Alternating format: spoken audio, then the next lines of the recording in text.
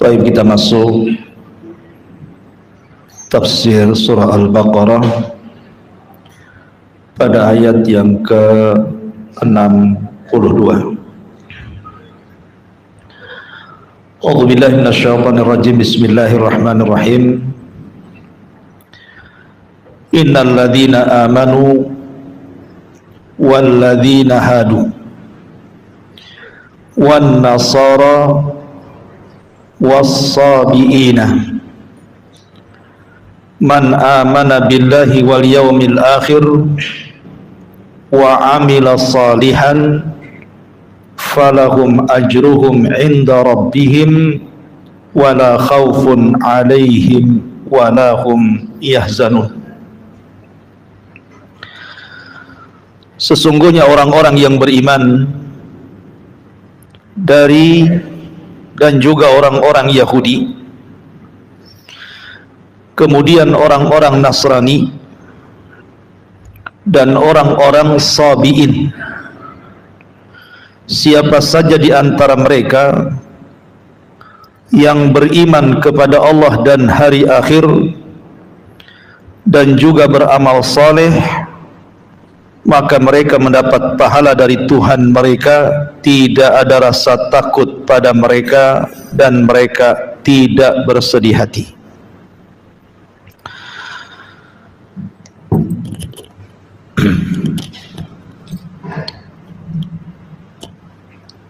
Baik.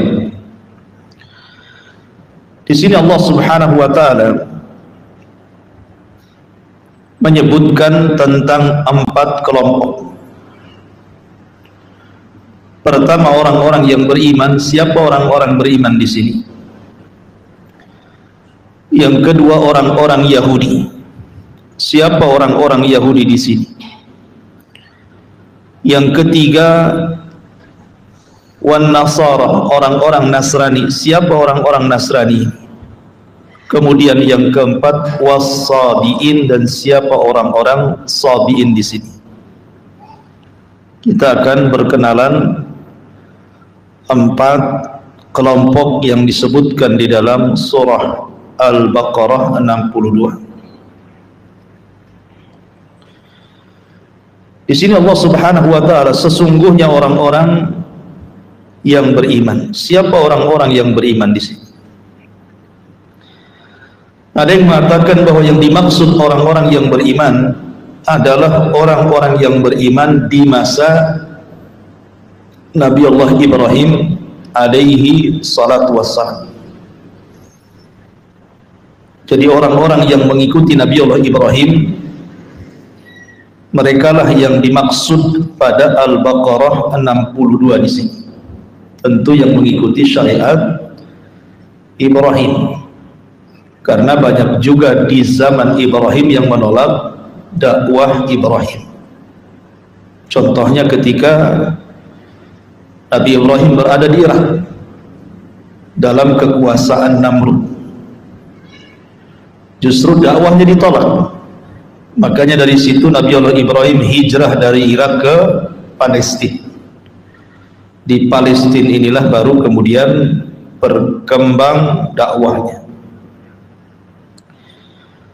Kemudian yang kedua, walladzina hadu, dan orang-orang Yahudi. Siapa orang-orang Yahudi ini? Kenapa disebut Yahudi? Asal kalimat Yahudi ini, ada yang mengatakan bahwa diambil dari kata-kata hudnah. Hudnah itu artinya kami bertobat dan kembali kepada Allah. Ada juga yang mengatakan kalimat hadu, orang-orang Yahudi di sini diambil dari Yahuda. Yahuda itu satu di antara putra Nabi Allah Ya'qub. Ingat waktu kita membahas nama-nama putra-putra Ya'qub. Di sana ada Yusuf, kemudian Binyamin, kemudian Ruben, kemudian Yahuda, kemudian Lawa, Sam'un, Zabulun, Yasakir, kemudian Dan, Naftali, Jad, dan Ashir. Itu putra-putra Yakub. Nah, salah satu putra Yakub itu namanya Yahuda. Dari sinilah muncul Yahudi, dari turunan Yahuda tadi.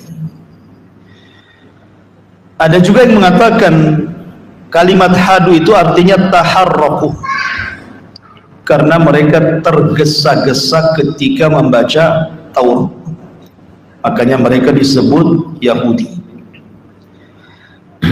Berarti dari sini penamaan Yahudi karena 3 perkara. Pertama, diambil dari kata-kata hudna,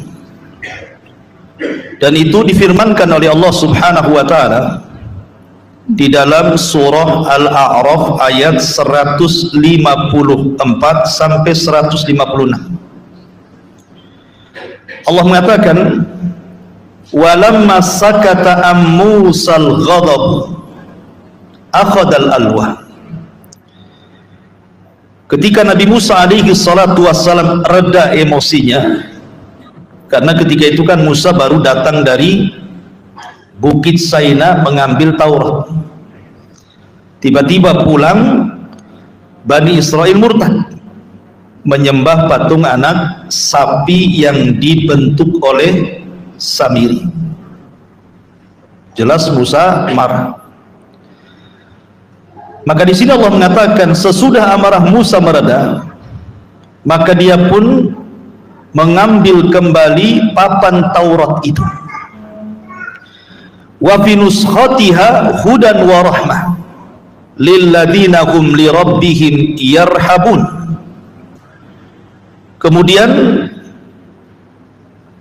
Allah mengatakan, dan dalam tulisan Taurat itu terdapat petunjuk dan rahmat untuk orang-orang yang takut kepada Tuhannya. Wakhtara Musa qaumahu sab'ina rajulan limiqatina. Dan Musa memilih 70 orang dari kaumnya untuk memohonkan tobat kepada kami. Falamma akhadathumur rajfatu, pada waktu yang telah kami tentukan, maka ketika kami goncangkan gempa, qala rabbi in syi'ta akhlaqtahum min qablu wa iyyai. Maka Musa berkata, ya Tuhanku, kalau engkau menghendaki tentu engkau membinasakan mereka dan juga membinasakan aku sebelum ini. Atuhlikuna bima fa'ala as-sufaha'u minna. Kemudian Musa mengatakan, apakah engkau akan membinasakan kami karena perbuatan orang-orang yang kurang berakal di antara kami? In hiya illa fitnatuka tudillu biha man tasha wa tahdi man tasha. Waliyuna faghfir lana warhamna anta khairul ghafirin waktub lana fi hadhihi dunya hasanah wa fil akhirati inna hudna. Di sini ada kata inna hudna. Kemudian Musa alaihi salatu wassalam mengatakan, itu hanyalah cobaan yang engkau cobakan kepada kami.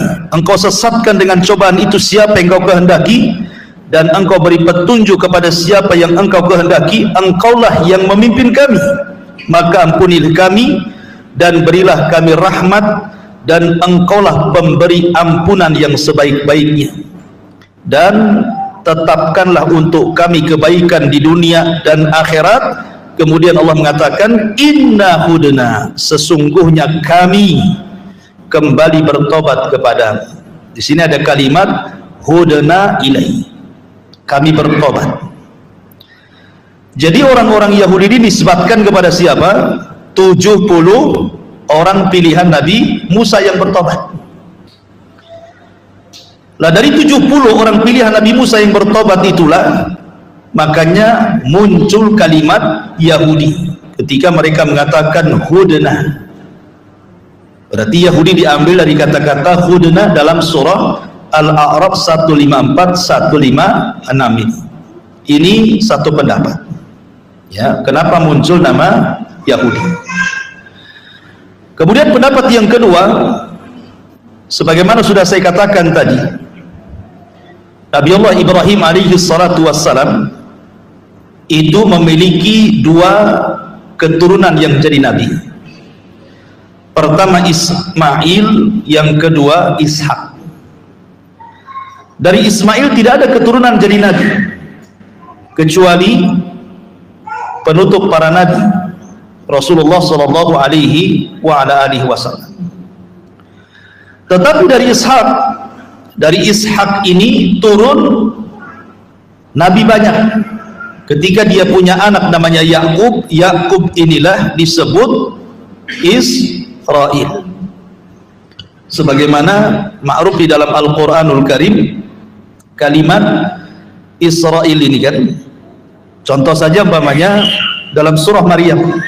Kita lihat dalam surah Maryam ayat 58. Allah mengatakan, ulaika alladzina an'ama Allahu 'alaihim minan nabiyyina min dzurriyyati Adam wa mimman hamalna ma'a Nuhin wa min dzurriyyati Ibrahim wa Israila.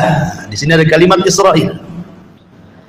Mereka itulah orang-orang yang telah diberikan nikmat oleh Allah, yaitu dari golongan para nabi dan dari keturunan Adam dan dari orang yang kami bawa dalam kapal bersama Nuh dan dari keturunan Ibrahim dan keturunan Israil.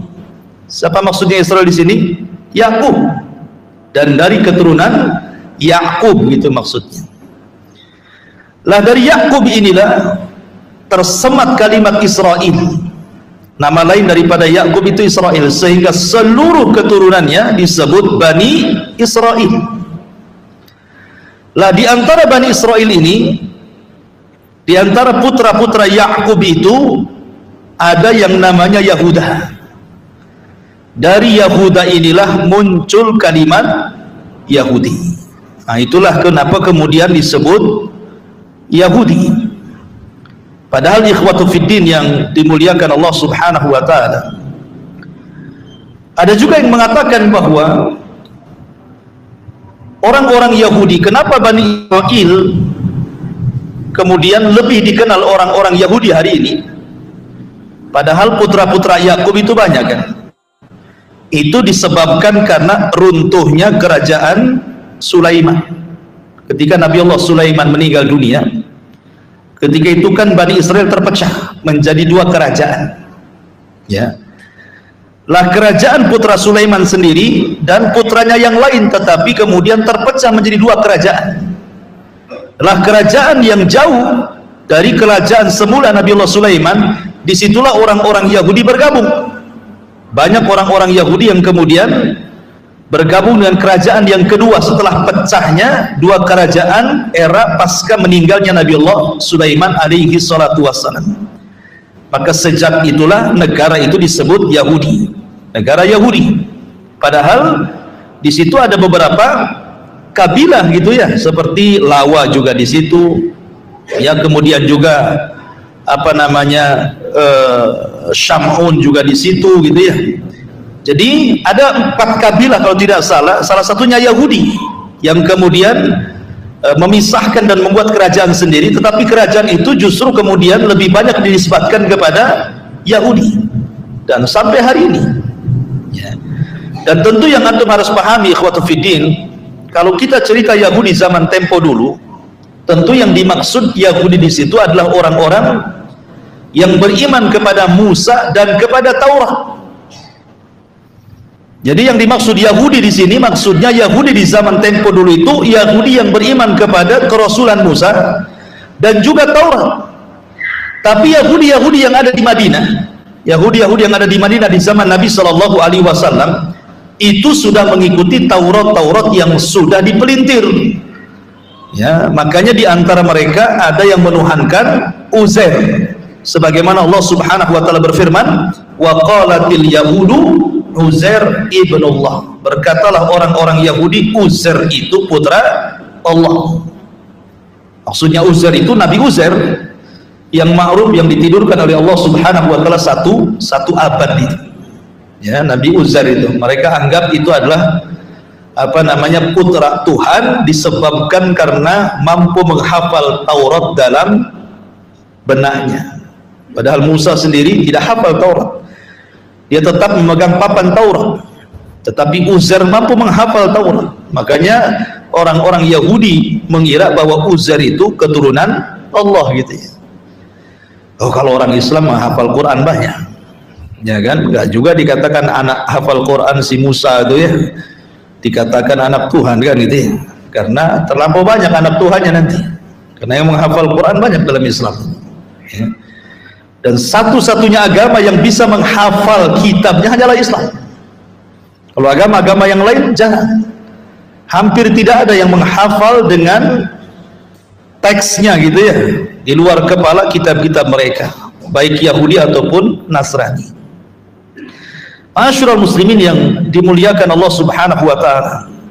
Jadi intinya bahwa penamaan Yahudi itu diambil dari salah satu putra beliau, putra Nabi Yakub, namanya Yahuda. Ada juga yang mengatakan karena kalimat hadu itu artinya taharruk, mereka bersegera, tergesa-gesa memahami Taurat.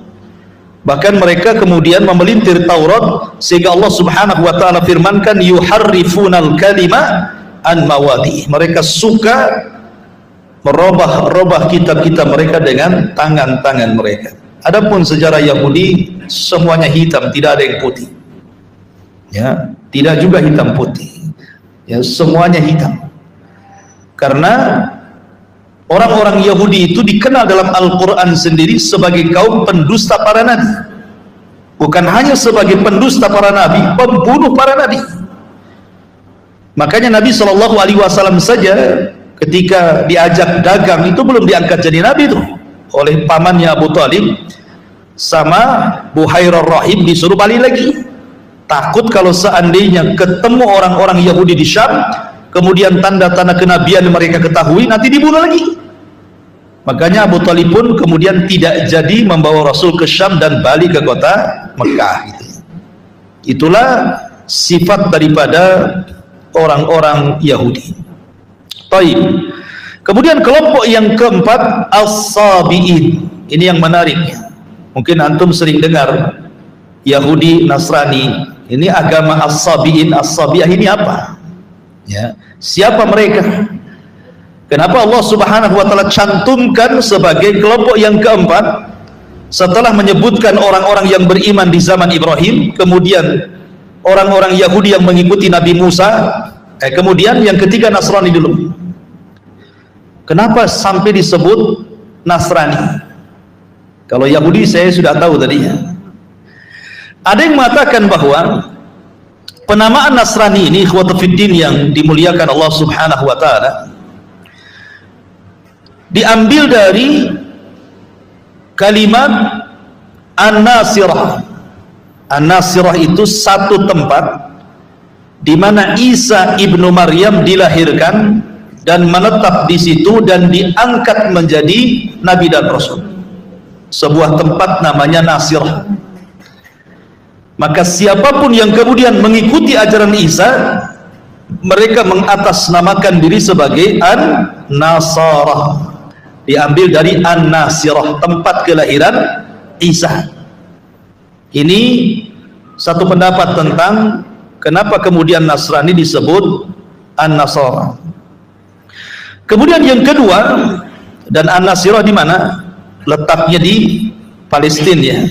Ya, tempat di Palestina di mana Isa bin Maryam lahir di situ dan diangkat sebagai nabi dan rasul juga di situ. Kemudian yang kedua disebut Nasara juga karena mereka ketika Nabi Musa alaihi salatu wassalam, Nabi Isa alaihi salam, mereka orang-orang Romawi berusaha untuk membunuh Isa, ya kan? Berusaha untuk membunuh Isa karena ketika itu kerajaan Romawi di zaman itu sudah berhasil membunuh Yahya, kemudian setelah itu membunuh Zakaria, Kemudian mereka khawatir kalau kemudian Isa ini karena tahu bahwa Yahya dan Zakaria itu kan masih kerabatnya, otomatis dia bisa menggerakkan orang melawan kerajaan gitu ya. Maka sebelum terjadi kekhawatiran kerajaan ini, akhirnya kemudian mereka pun hendak membunuh Isa bin Maryam. Lah, kemudian Isa bin Maryam ini memiliki orang pilihan sebanyak 12 orang. Lah, orang-orang pilihan ini disebut Hawariyun. Disebut Hawariyun. Makanya Allah Subhanahu wa taala berfirman, "Man ansari ilallah?" Qala al-hawariyuna nahnu ansarullah. Berkata Hawariyun, berkata Isa bin Maryam, siapa yang akan menolongku? Maka orang-orang Hawariyun yang berjumlah 12 itu mengatakan, kami yang akan menolongmu. Maka ketika dia kemudian menolong Isa, dalam bahasa Arab menolong itu kan nasara, yansuru nasran gitu ya. Maka kemudian diberi namalah Nasara itu dari kalimat Nasara, artinya menolong, membela gitu ya. Dari 12 orang pilihan Nabi Musa, Nabi Isa alaihi salatu wassalam ketika Isa hendak dikepung oleh pihak kerajaan Romawi kala itu. Tetapi kemudian Allah Subhanahu wa taala mengangkat Isa ke langit dan menyerupakan di antara 12 orang pilihan, satu di antara mereka yang dibunuh, disalib, dan kemudian orang-orang Yahudi mengklaim mereka sudah membunuh dan menyalib Isa. Padahal Isa diangkat ke langit. Ya. Makanya kemudian karena sebab mereka menolong Isa dan kemudian diikuti orang-orang yang mengikuti ajaran Isa, maka ajarannya kemudian disebut An-Nasara. Jadi An-Nasara itu diambil dari kelahiran Isa An-Nasiri di Palestina sana, maka pengikutnya disebut Nasara. Ada juga diambil dari kata-kata Nasara itu artinya menolong. Jadi siapapun yang menolong agama Isa, siapapun yang berusaha untuk membentengi Isa bin Maryam dan ajarannya, maka mereka disebut An-Nasara. Ya. Ma'asyiral muslimin yang dimuliakan Allah Subhanahu wa taala. Tetapi ikhwatu fiddin yang dimuliakan Allah Subhanahu wa taala, tentu kalau kita melihat An-Nasara di zaman itu tentu berbeda dengan Nasara di zaman sekarang kan gitu ya. Karena Nasara di zaman itu memang agama yang paling benar setelah agama Yahudi. Jadi mereka betul-betul berpegang kepada ajaran Isa bin Maryam. Mereka tidak menuhankan Isa sama sekali. Baru setelah kemudian ada yang mengatakan 300 tahun setelah Isa meninggal, muncul seorang yang bernama Paulus atau siapa namanya, yang tadinya ajaran Yahudi kemudian tanasar, pura-pura menjadi Nasrani, kemudian melakukan perubahan dalam ajaran Nasrani sehingga muncullah istilah-istilah yang kita kenal menurut mereka seperti Isa adalah anak Tuhan, Isa satu di antara 3 Tuhan, bahkan yang paling ekstrim yang mengatakan Isa adalah Tuhan gitu ya. Ma'asyiral muslimin yang dimuliakan Allah Subhanahu wa taala. Lalu apa bedanya dengan Al-Masih? Ya kan ada penanggalan namanya penanggalan Masihi. Masehi bahasa Arabnya Masihi. Kalau bahasa kitanya Masehi. Kenapa ada penanggalan Masehi? Karena diambil dari kelahiran Isa Al-Masih. Lalu apa bedanya An-Nasara dengan Al-Masihiyun? Ya. Sebenarnya munculnya kalimat Al-Masih ini karena Allah Subhanahu wa taala berfirman di dalam surah Al-Imran ketika Allah mengatakan idz qalatil malaikatu ya Maryamu innallaha yubashshiruki bi kalimatin min husmuhul Masihu Isa bin Maryam. Nah, di sini kalimat masih kan itu ya. Ya. Dan ingatlah ketika malaikat berkata ya Maryam, sesungguhnya Allah memberikan kabar gembira kepadamu dengan kalimat. Ya, maksudnya kelahiran seorang bayi yang bernama Al-Masih Isa. Kenapa Isa disebut Al-Masih? Kemudian orang-orang yang begitu Isa disebut Masihiyun. Ya. Ada yang mengatakan Al-Masih di sini seperti Al-Imam Al-Raghib Al-Asfahani. Secara bahasa Masih itu artinya masah, menyentuh. Jadi kalau antum memegang tangan kemudian digeser, diusap-usap itu namanya masih, ya. Masih itu orang yang mengusap, ya. Sehingga yang dimaksud mengusap di sini karena memang diantara mukjizat Nabi Isa adalah mampu mengobati semacam penyakit apapun dengan cukup mengusap. Orang buta diusap jadi sembuh, gitu ya. Orang sakit diusap jadi sembuh. Orang mati diusap aja bisa hidup karena izin Allah Subhanahu wa taala. Sehingga makanya disebut Al-Masih diambil dari mukjizat beliau. Ya, mukjizat Nabi Allah Isa ibnu Maryam. Lalu kenapa kemudian Isa pula dinasbatkan kepada ibunya tidak kepada bapaknya? Sekali lagi karena tidak punya bapak. Ya, jadi Allah Subhanahu wa taala langsung yang meniupkan ruh kepada Maryam, gitu ya, lewat perantara malaikat Jibril alaihi salatu wassalam. Ma'asyiral muslimin yang dimuliakan Allah Subhanahu wa taala. Maka di zaman itu, ya di zaman itu bukan di zaman sekarang, Nasara itu terbagi menjadi dua istilah. Ada yang menyebutnya Hawariyun sebagaimana surah As-Saffat 14, ada yang mengatakan mu'minina minan Nasara, orang-orang yang beriman dari kalangan orang-orang Nasrani. Taib, ini yang ketiga. Yang keempat, As-Sabi'in. Siapa As-Sabi'in ini? Ada yang mengatakan As-Sabi'in ini adalah pengikut Nabi Yahya. Nabi Yahya ibn Zakaria, atau istilah orang-orang Nasrani disebut Yuhanna, gitu ya. Nabi Yahya ibn Zakaria. Jadi mereka menganggap bahwa As-Sabi'in ini kami pengikut Nabi Yahya. Dan mereka mengklaim bahwa As-Sabi'in ini agama yang paling tua. Jadi sebelum ada orang Yahudi, sebelum ada orang Nasrani, sebelum ada orang Majusi, agama As-Sabi'in ini agama yang paling tua. Bahkan mereka menisbatkan agama ini kepada putra Adam alaihi salatu wassalam, putra Nuh alaihi salatu wassalam, namanya Sam ibn Nuh. Maka mereka menisbatkan diri dengan Samiyun. Kami ini orang-orang Sam, maksudnya Sam putra Nuh. Tetapi mereka meyakini bahwa Nabi yang diutus kepada mereka itu Nabi Yahya, Nabi Yahya ibn Zakaria, dan mereka para penyembah bintang. Ya, mereka para penyembah bintang. Kenapa mereka sampai mensucikan bintang?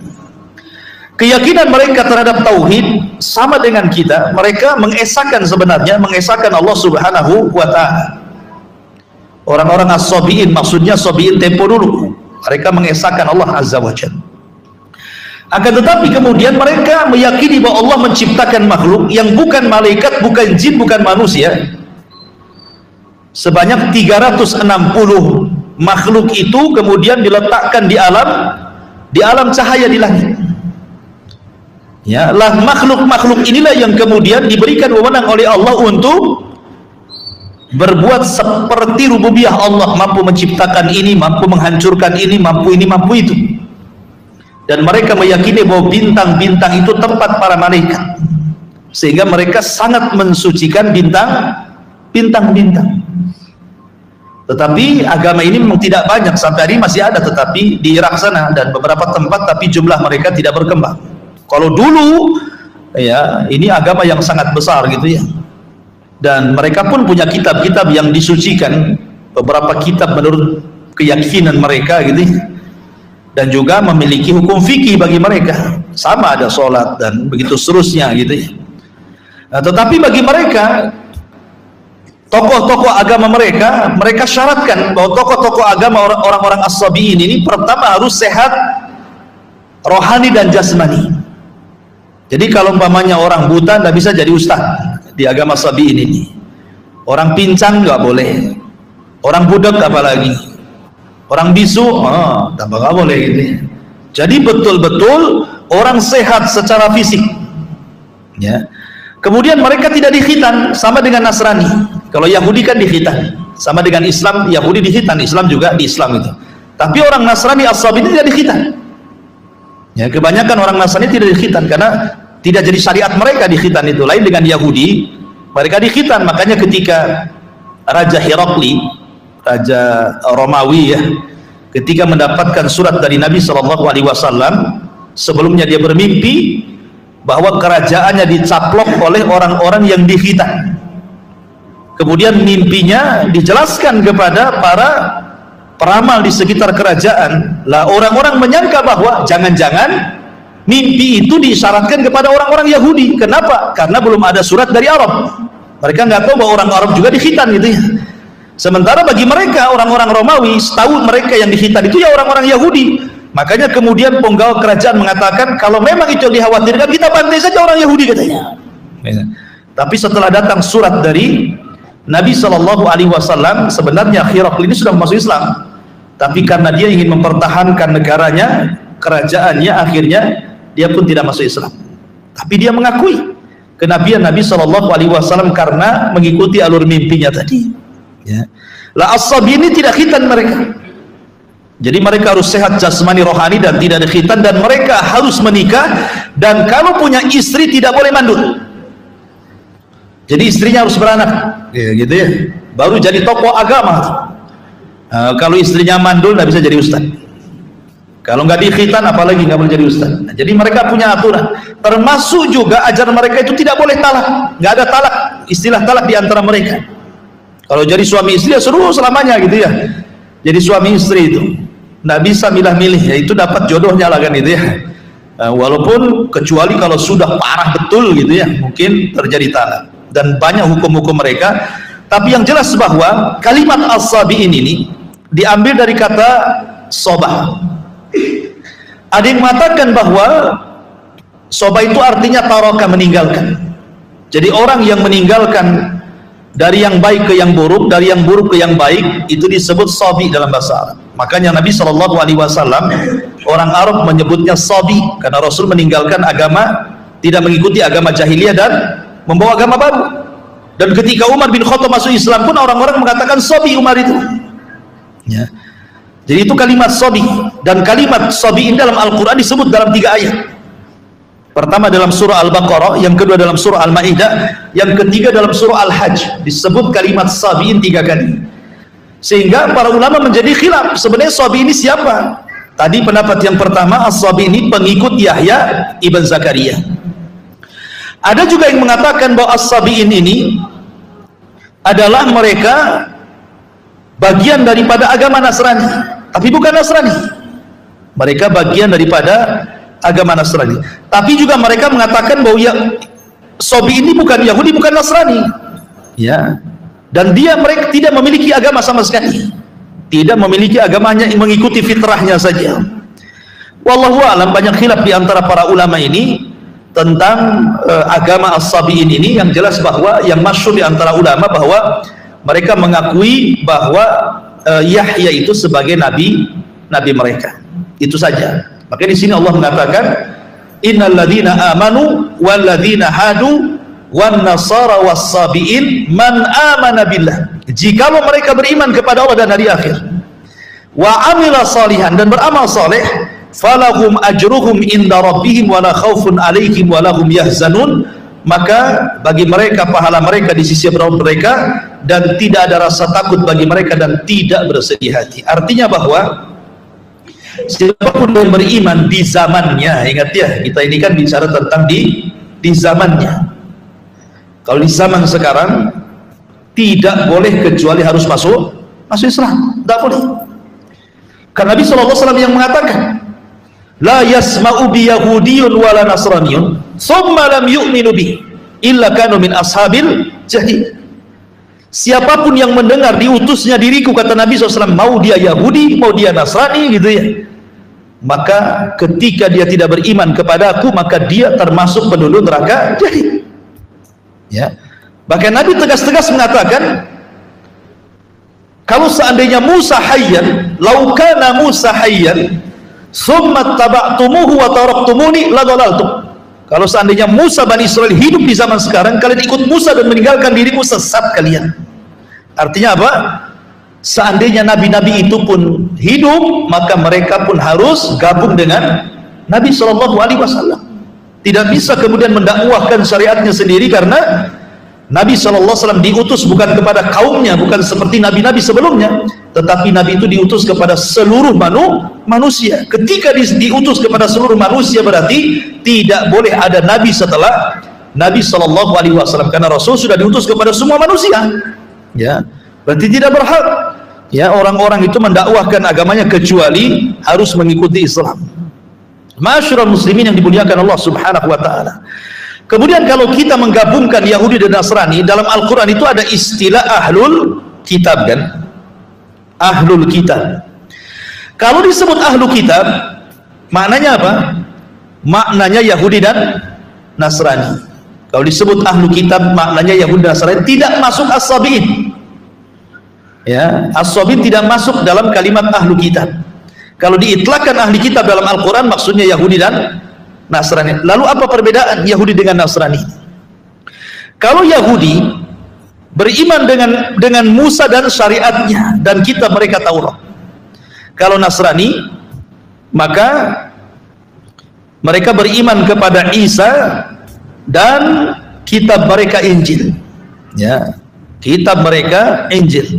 Tapi Yahudi tidak menuhankan Isa. Yahudi tidak menuhankan Nabi Musa. Yahudi tidak mengatakan Musa itu anak Allah. Musa itu satu di antara 3 Tuhan. Nah, yang mengatakan seperti ini kepada nabinya hanya Nasrani. Yang mengatakan Isa anak Tuhan, Isa satu di antara 3 Tuhan, Isa Tuhan itu sendiri, hanya Nasrani. Yahudi tidak. Yahudi tidak mengatakan Musa anak Allah. Mereka yang mengatakan Uzair anak Allah. Kemudian juga dari segi hari yang disucikan, orang Yahudi menghargai dan mensucikan hari Sabtu, tapi orang Nasrani hari Ahad, Islam hari Jumat gitu. Kemudian juga dari segi kiblat, orang-orang Yahudi mereka mengambil kiblat Baitul Maqdis, Islam mengambil kiblat ke mana? Ke Ka'bah sana ya, ke Mekah. Orang-orang Nasrani ke arah timur. Ya. Kemudian juga dari segi keyakinan mereka terhadap Ibrahim. Semua mengakui, Yahudi mengatakan Ibrahim Nabi mereka, Nasrani mengatakan Ibrahim Nabi mereka, Islam pun mengakui Ibrahim itu adalah kakek buyut Nabi SAW. Dan pengakuan orang-orang Yahudi dan Nasrani dibantah dalam Al-Quran. Maka Ibrahimu Yahudiyan wala Nasraniyan, walakin kana hanifan muslimah. Ibrahim bukan Yahudi, Ibrahim bukan Nasrani. Ibrahim itu seorang Muslim yang hanif, yang jauh daripada kesyirikan kepada Allah Subhanahu wa ta'ala. Adapun keyakinan mereka terhadap Imam Mahdi yang akan turun di akhir zaman, orang-orang Nasrani mengakui bahwa Isa itu akan turun di akhir zaman. Isa akan turun di akhir zaman. Tetapi orang-orang Yahudi mengakui bahwa bukan Isa yang akan membebaskan dunia, tetapi Al-Masih Dajjal dalam keyakinan kita terhadap mereka. Jadi Isa menunggu, Nasrani menunggu Isa, Yahudi menunggu Dajjal, Islam menunggu Imam Mahdi, gitu loh maksudnya. Ya. Tetapi ikhwatu fiddin dimuliakan Allah, keyakinan kita Isa itu turun dalam rangka membantu Imam Mahdi, membantu syariat Islam, bukan menegakkan ajaran yang dibawanya. Karena tidak ada nabi setelah Rasul sallallahu alaihi wasallam. Ketika dia turun tidak berhak dia melancarkan dakwahnya. Karena ketika Isa diangkat ke langit sudah sempurna kenabiannya. Sehingga ketika turun dia bukan dalam rangka menyebar syariatnya, dia hanya ditugaskan untuk membunuh Dajjal, mematahkan salib, membunuh babi, dan mengajak manusia masuk ke dalam Islam. Dan Isa berdoa kepada Allah untuk berjumpa dengan Rasul, dan Allah ketemukan saat peristiwa Isra dan Mi'raj. Ya, Ma'asyiral muslimin yang dimuliakan Allah, itu diantara perbedaannya. Kemudian secara hukum dalam Islam, orang-orang Yahudi dan Nasrani itu halal sembelihan mereka, halal sembelihan mereka. Kemudian juga wanita-wanita mereka boleh menikah dengan laki-laki Islam, tapi tidak boleh dibalik. Nggak boleh wanita-wanita Islam menikah dengan laki-laki ahli kitab, tapi wanita-wanita ahli kitab boleh menikah dengan orang Islam walaupun mereka tetap dalam agama mereka. Pamannya suami istri, ini si istrinya tetap Yahudi, tetap Nasrani, tidak apa-apa selama persepsi pernikahannya sesuai dengan syariat Islam. Ya, syukur-syukur kalau suaminya bisa menarik ke dalam Islam gitu ya. Tapi kalau perempuannya yang Muslim, mereka yang laki-lakinya, maka haram, tidak boleh. Tidak boleh. Ya, jadi sembelihan mereka halal gitu. Kemudian terhadap jizyah, di zaman Rasul jizyah itu peti. Di Madinah itu kan ada orang Yahudi, ada orang musyrik. Jizyah itu hanya berlaku kepada orang-orang ahli kitab saja. Orang-orang musyrik tidak berhak, mereka diperangi. Ya, mereka diperangi. Tapi ahli kitab kalau mereka menyerah, mereka tidak perlu keluar dari agama mereka. Cukup membayar upeti saja jizyah gitu ya. Allah mengatakan hatta yu'tul jizyata wa hum shaghirun. Sampai mereka memberikan jizyah, upeti, dan mereka terhina di hadapan kaum muslimin. Tapi orang musyrik tidak berlaku hukum jizyah. Mereka harus masuk Islam, kalau tidak diperangi. Ya, artinya bahwa ahli kitab ini masih mendekati Islam dibandingkan orang-orang musyrik. Makanya ketika turun surah Rum, ghulibatir Rum fi adnal ardi min ba'di ghalabihim sayaglibun. Ketika itu kan orang Romawi perang bersama Majusi, kalah pula Romawi ini. Sedih Rasul dan para sahabat. Kenapa? Karena orang-orang Persia ini penyembah api, sama dengan orang-orang musyrik. Sementara orang-orang Romawi ini mereka Nasrani, memiliki kitab, makanya Rasul sedih, ya kan? Sehingga kemudian turun ayat sebentar lagi Romawi akan mengalahkan Majusi. Dan betul, dalam beberapa tahun setelahnya, 10 tahun kemudian, Romawi berhasil mengalahkan Persia Majusi. Ya, tapi dengan sedihnya Rasul kekalahan Romawi menunjukkan bahwa ahli kitab itu masih ada kedekatan dengan Islam karena sama-sama diutus kepada mereka Rasul, diturunkan kepada mereka kitab. Berbeda dengan orang-orang musyrik Arab yang tidak ada nabi, tidak ada kitab, dan mereka menyekutukan Allah Subhanahu wa taala. Dan sebahaya-bahaya Yahudi di dunia adalah Yahudi Asfahan.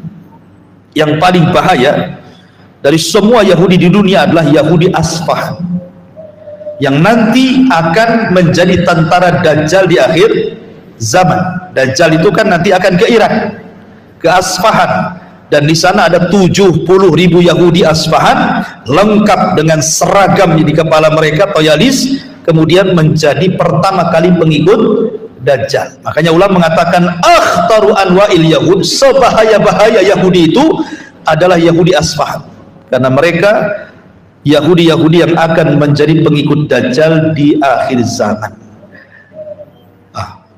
Sudah azan. Alhamdulillah. Ya. Subhanallah bihamdika, asyhadu an la ilaha illa anta astaghfiruka wa atubu ilaik. Allahu ta'ala alam. Assalamualaikum warahmatullahi